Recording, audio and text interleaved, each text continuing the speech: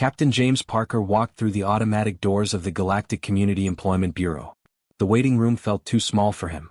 Everything in this station was built for aliens who were much shorter and lighter than humans. He squeezed himself into a chair that was clearly not made for someone his size. The chair groaned under his weight. A receptionist sat behind a curved desk. She had blue skin and 4 eyes that blinked one at a time. She kept looking at James nervously. Her hands trembled as she typed on her computer screen. James was used to this reaction. Most aliens were afraid of humans. They called his species Deathworlders. It was not exactly a friendly nickname. "Captain Parker?" the receptionist said in a high-pitched voice. Her words came through a translation device attached to her collar. "Miss Lily Whitmore will see you now. Please go through the door on your right." James stood up. The receptionist flinched as he moved. He tried to walk slowly and keep his movements gentle. He had learned that quick movement scared aliens even more. He pushed open the door and entered a small office. Inside the office stood the smallest alien James had ever seen. She was barely 4 feet tall. Her skin was almost see-through like glass. Soft light seemed to glow from inside her body. She wore a thick environmental suit that covered her completely. The suit made mechanical sounds as it pumped air and regulated temperature. A clear helmet covered her head. "You are the human?" she asked. Her voice came through a speaker in her helmet. She sounded frightened. "Yes, ma'am. My name is James Parker. I am a security contractor." The small alien took a step backward. She clutched a data pad against her chest like a shield. James recognized the fear in her body language. She had probably seen the videos from his last job. 3 weeks ago, he had stopped a riot on Station Gamma 9. Other security teams had failed. 3 officers from different species had died trying to control the crowd. Then James arrived. He stopped the riot alone in less than 10 minutes. The footage had spread across the entire galactic network.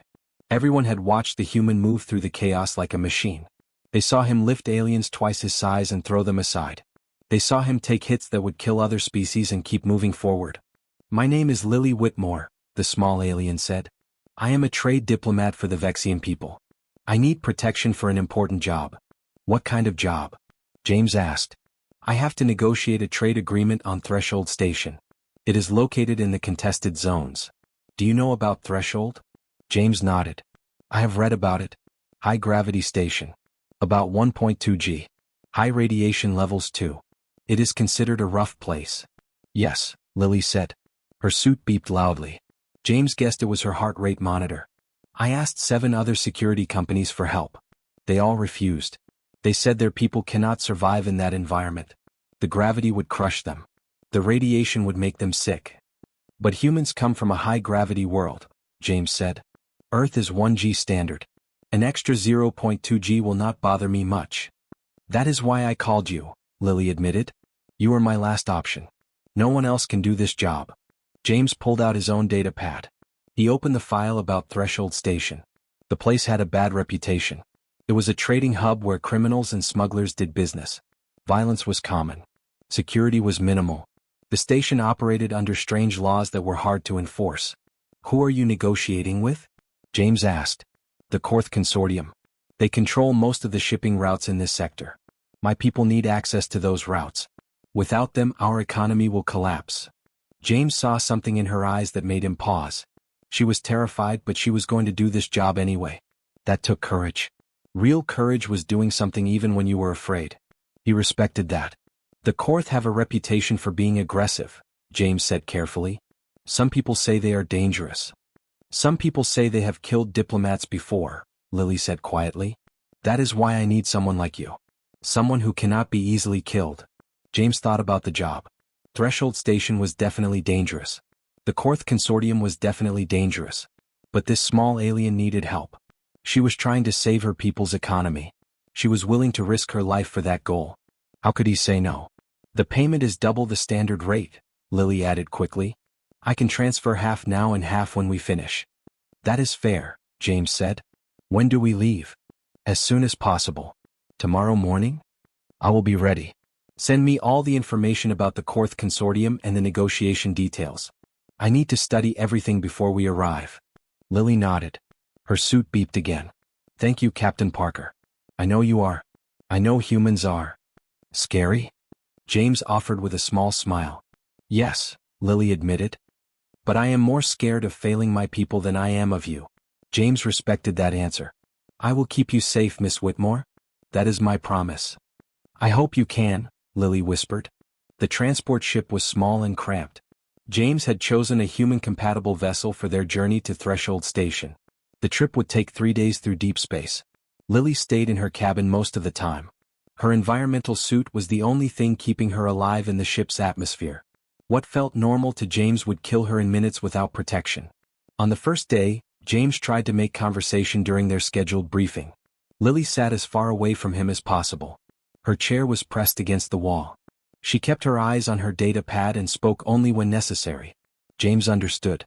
She was afraid of him. Most aliens were. The second day was different. James found Lily in the observation lounge.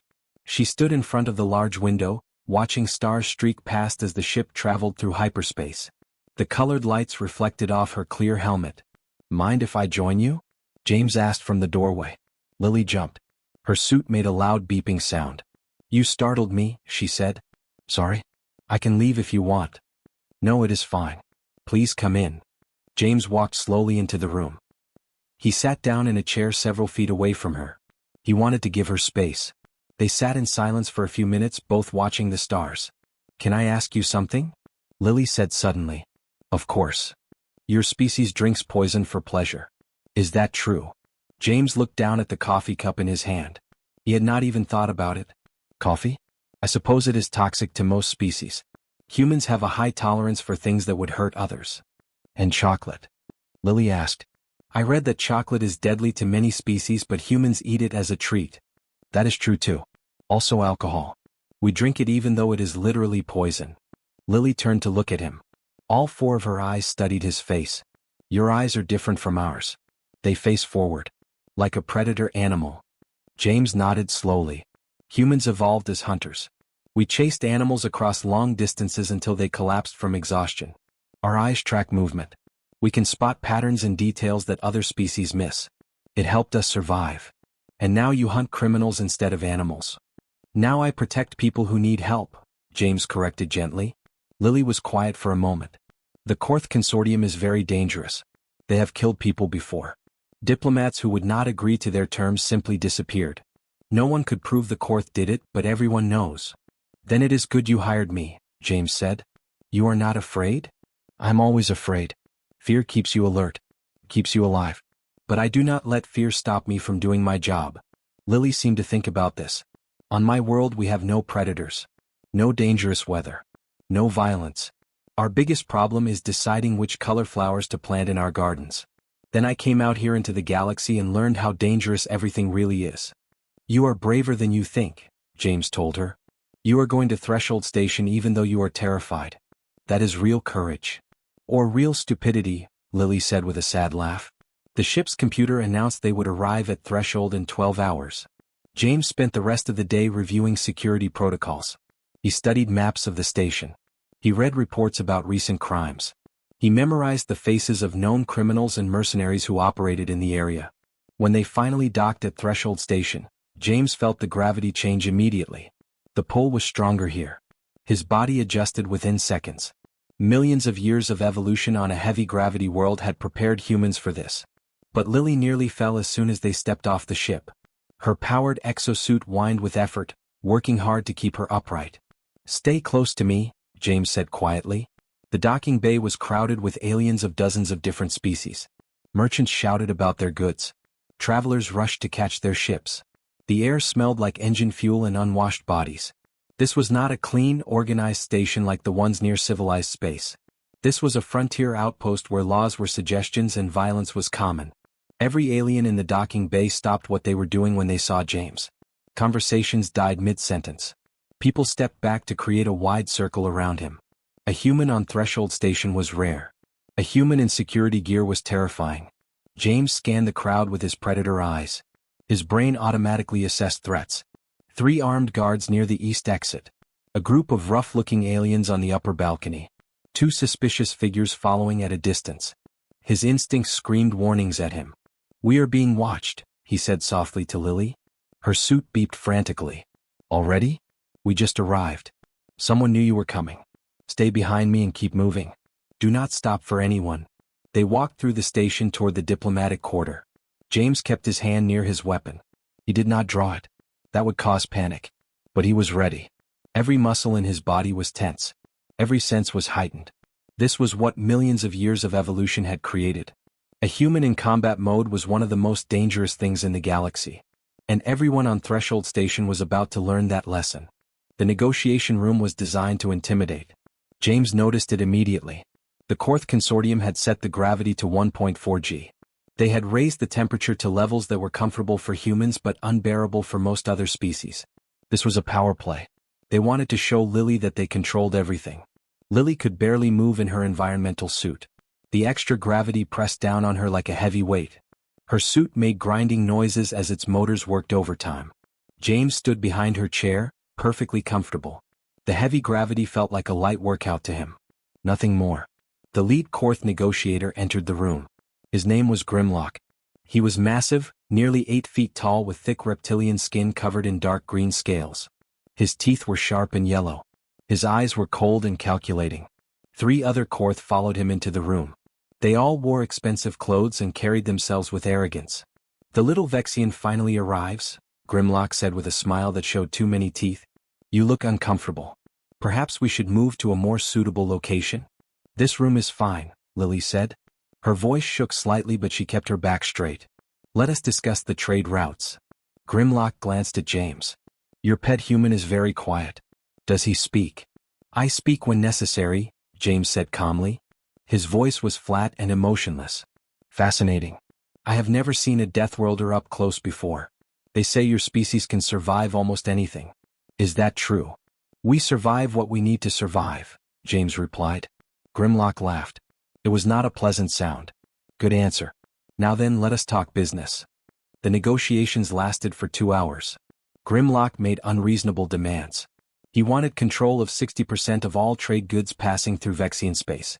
He wanted exclusive rights to certain rare minerals. He wanted payments that would bankrupt Lily's entire planet within a year. But Lily did not back down. She countered every demand with facts and logic. She showed charts and data on her pad. She proved that Grimlock's terms were impossible. James felt proud of her. She was terrified but she kept fighting.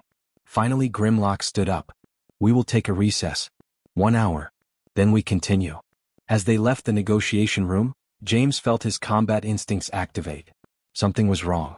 The corridors were too quiet. Normally, stations like this were full of noise and activity. People shouting, machines humming, ships docking. But now there was only silence. The hair on the back of his neck stood up. His muscles tensed. "Lily, stay very close to me," he said quietly. "What is wrong?" "Everything." They turned a corner and James saw them. 6 figures in combat armor blocked the corridor ahead. 6 more blocked the corridor behind them. They carried energy weapons. Their armor was expensive military-grade equipment. These were not random criminals. This was a professional mercenary team. The largest figure stepped forward. He had 4 arms and stood nearly 7 feet tall. His species was called Kralin. They were born warriors trained from childhood to fight. This one wore the marks of a veteran soldier. His name tag read Victor. "The Vexian comes with us," Victor said. His voice was deep and rough. "The human can walk away alive if he does not interfere." James stepped in front of Lily. He did not draw his weapon yet. "That is not going to happen." Victor laughed. "Look around you, Deathworlder. You are outnumbered 12 to 1. Even humans can die." "I have had worse odds," James said. "Then you are a fool. Stand aside or we will kill you." James smiled. It was not a friendly smile. It was the smile of a predator about to strike. "Come and try." Victor roared and charged. All 12 mercenaries opened fire at once. Energy bolts filled the corridor with bright flashes of light. James moved faster than any of them expected. He dove to the side, rolled and came up running. The first energy bolt missed him by inches. The second grazed his shoulder. He felt the burn but ignored it. Pain was just information. His body flooded with adrenaline and endorphins. Ancient human biology took over. He reached the first mercenary and punched him in the chest. The armor cracked. The mercenary flew backward and crashed into the wall. James grabbed the second mercenary's weapon and yanked it away. He used it like a club, smashing it into the alien's helmet. The mercenary dropped. Victor attacked with all 4 arms. He was fast and strong. But James was faster. He ducked under the first punch, blocked the second, and used Victor's own momentum against him. He grabbed one of Victor's arms and twisted. Victor roared in pain and fell to one knee. The corridor became chaos. Energy bolts flew everywhere. James moved constantly, never staying in one place. He used the narrow space to his advantage. The mercenaries could not surround him. They got in each other's way. Their shots hit each other as often as they hit James. James took 3 direct hits. One burned his leg. One caught his side. One grazed his head. Each one hurt terribly. But his body kept producing adrenaline. The pain became distant, unimportant. He had one job: protect Lily. Nothing else mattered. 5 minutes later, all 12 mercenaries lay on the floor. Some were unconscious. Others groaned in pain. None of them were dead. James had been careful about that. Killing them would create legal problems. Station law required restraint when possible. James stood in the middle of the corridor, breathing hard. Blood ran down his face from the head wound. His shoulder and leg throbbed with pain. His side felt like it was on fire. But he was still standing. He turned to look at Lily. She was pressed against the wall, shaking violently inside her suit. Her eyes were wide with shock and terror. She stared at James like he was a monster from her worst nightmares. Station security arrived within minutes. They had been alerted by the weapons fire. A team of officers wearing heavy armor surrounded the scene. They looked at the 12 unconscious mercenaries spread across the corridor. Then they looked at James, who stood there bleeding from multiple wounds. One officer, a creature with 6 legs and gray skin, slowly approached. "What happened here?" the officer asked. "They attacked us. I defended my client." "Everything is on the security cameras," James said calmly. The officer checked his data pad. He watched the footage from the corridor cameras. His expression changed from suspicion to shock. "You fought 12 armed soldiers alone?" "I had no choice." The officer looked at Lily. "Ma'am, are you injured?" Lily shook her head. She could not speak. Her suit's medical sensors showed her heart rate was dangerously high. "We will need statements from both of you," the officer said. "But the footage is clear. This was self-defense. We are arresting all 12 attackers." He paused and looked at James with something like respect. "You should get medical treatment." "I will. After I make sure my client is safe." The officers took Victor and his team away. One officer stayed behind to escort James and Lily to a secured safe room. It was a small apartment with reinforced walls and a heavy locked door. Only station security could open it from the outside. Lily immediately went to the far corner of the room. She sat down on the floor, her back against the wall. She would not look at James. Her whole body trembled. James cleaned his wounds in the bathroom. The burns were painful but not serious. His body was already starting to heal. Human biology was remarkably good at repairing damage. He wrapped bandages around the worst injuries and then returned to the main room. Lily was still in the corner. She had not moved. "You are afraid of me," James said quietly. It was not a question. "You destroyed 12 trained soldiers," Lily whispered. "You broke their armor with your bare hands. They shot you 3 times and you did not even slow down. What are you?" "I am human. That is all." "That is not all." Lily's voice broke. "You are a monster. A beautiful, terrible monster. And I brought you here. I hired you. What if one day you decide to hurt me? What could I possibly do to stop you?" James sat down on the floor. He made sure to stay far away from her. He did not want her to feel trapped. "Can I tell you a story?" he asked. Lily nodded slowly. James pulled out his data pad. He showed her pictures. "This is Earth. My home world. Look how beautiful it is. Blue oceans. Green forests. Mountains covered in snow." Lily looked at the images. Earth did look beautiful. "But Earth is also deadly," James continued. He showed her more pictures. "These are hurricanes. Storms with winds that destroy entire cities. They happen every year." Another picture. "Earthquakes. The ground splits open and buildings fall down." Another picture. "Volcanoes. Mountains that explode with fire and poison gas." Another picture. "Tornadoes. Spinning columns of wind that pick up cars and throw them like toys." Lily watched with growing horror. "And these are the animals that wanted to eat our ancestors," James said. He showed pictures of bears, lions, tigers, crocodiles, sharks, and wolves. "We were not the biggest. We were not the strongest. We were not the fastest. But we survived." "How?" Lily asked. "We learned to work together. We made tools. We used our brains.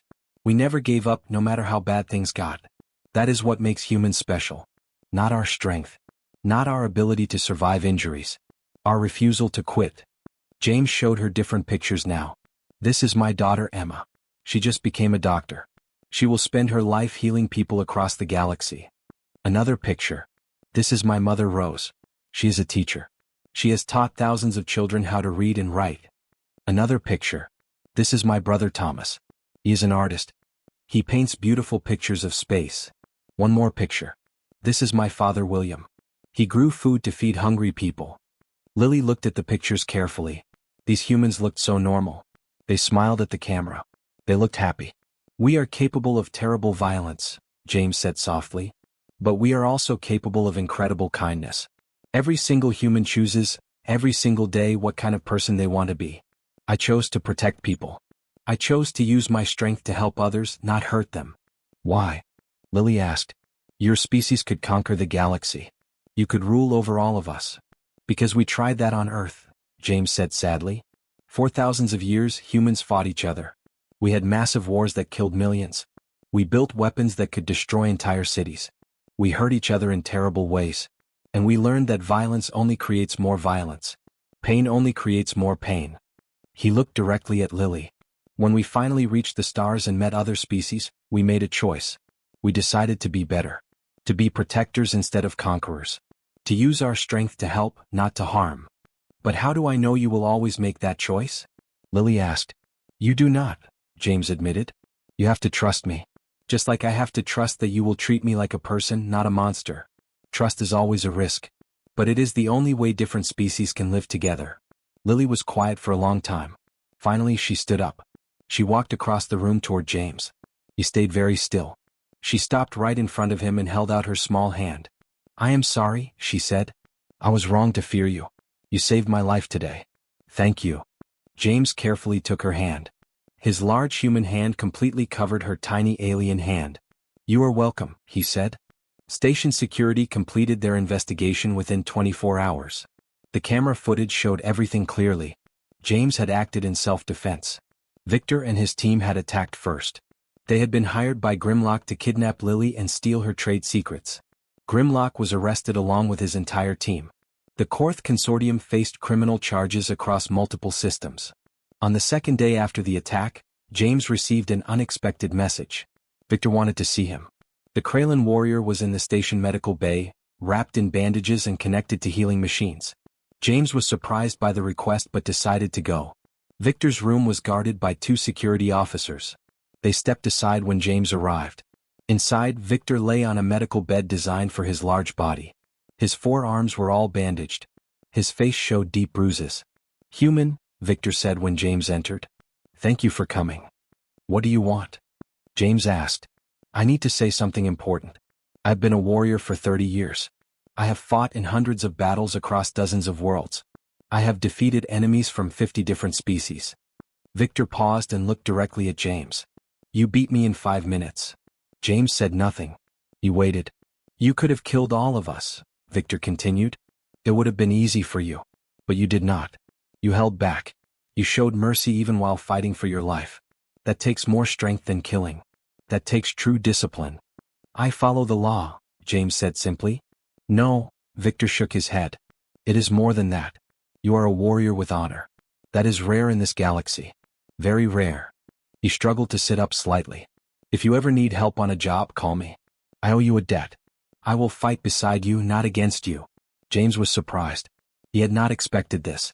I will remember that, he said. Good. Now go. Your client is waiting for you. She is a lucky female to have such a protector. James left the medical bay thinking about Victor's words. Respect between warriors was a strange thing. They had tried to kill each other and now they were almost friends. Meanwhile, word of the fight had spread throughout Threshold Station. Everyone had watched the security footage. The video showed one human defeating 12 professional soldiers in close combat. The footage had been copied and shared across the galactic network. Within 2 days, billions of beings had watched it. Lily completed her negotiations with a different trading company. This one was honest and fair. They offered reasonable terms that would help her people without bankrupting them. The negotiations went smoothly. No one dared to interfere. The mere presence of James standing behind Lily's chair was enough. Every merchant and trader on the station knew what would happen if they caused problems. On their last evening at Threshold, Lily invited James to dinner. She had found a restaurant that could accommodate both their species. It had sections with different atmospheres and gravity levels. They sat in a neutral zone where Lily could remove her helmet safely. Without her helmet, Lily's face was even more delicate and beautiful. Her skin glowed softly in the dim light. Her large eyes reflected rainbow colors. "I wanted to thank you properly," she said. "Not just for saving my life but for teaching me about humans. I was wrong about your species." "You were not completely wrong," James said. "Humans are dangerous. That is a fact. But dangerous does not mean evil. I understand that now. I also wanted to show you something." Lily pulled out her data pad and showed him a screen. "I wrote a review on the Galactic Employment Network." James read the review out loud. "Hired human Deathworlder for protection on Threshold Station. Survived the experience. 10 out of 10 stars. Terrifying but extremely effective. Would absolutely hire again, though preferably with proper emotional preparation and from a safe distance." He laughed. It was the first time Lily had heard him laugh. The sound was warm and genuine. "That is a fair review," he said. "I have another job in 6 months," Lily told him. "Even bigger negotiations. Even more dangerous people involved. Would you be interested? Send me the details. I will look at them." "Good. I feel safer knowing you might be there." They finished their dinner and talked about lighter things. Lily told stories about her peaceful home world. James told stories about Earth's strange animals and weather. They discovered they both enjoyed music, though their species heard different frequencies. The next morning, James checked his messages before leaving the station. He had received 18 new job requests. Most were from diplomats and merchants who had seen the footage. They all wanted the human who could protect them from anything. One message caught his attention. It was from a woman named Margaret Foster. She was human. Her research team was stranded on a planet called Ragnarok Prime. It was one of the most hostile worlds in known space. Even humans struggled to survive there. The temperature swung from boiling hot to freezing cold every 12 hours. The air was full of poison. The plants were carnivorous. Regular rescue teams had refused the job. She needed a Deathworlder to rescue other Deathworlders. James accepted the contract immediately. As his ship left Threshold Station, he looked back at the massive structure floating in space. He had arrived as just another security contractor. He was leaving as a legend. His reputation would spread farther now. More people would call him. More jobs would come. But James did not care about fame. He cared about helping people who needed help. He cared about using his human strength for good purposes. He cared about proving that Deathworlders could be heroes, not monsters. Somewhere on Ragnarok Prime, people were waiting for rescue. They were scared and hurt and running out of time. James set his ship's course and engaged the engines. He had work to do.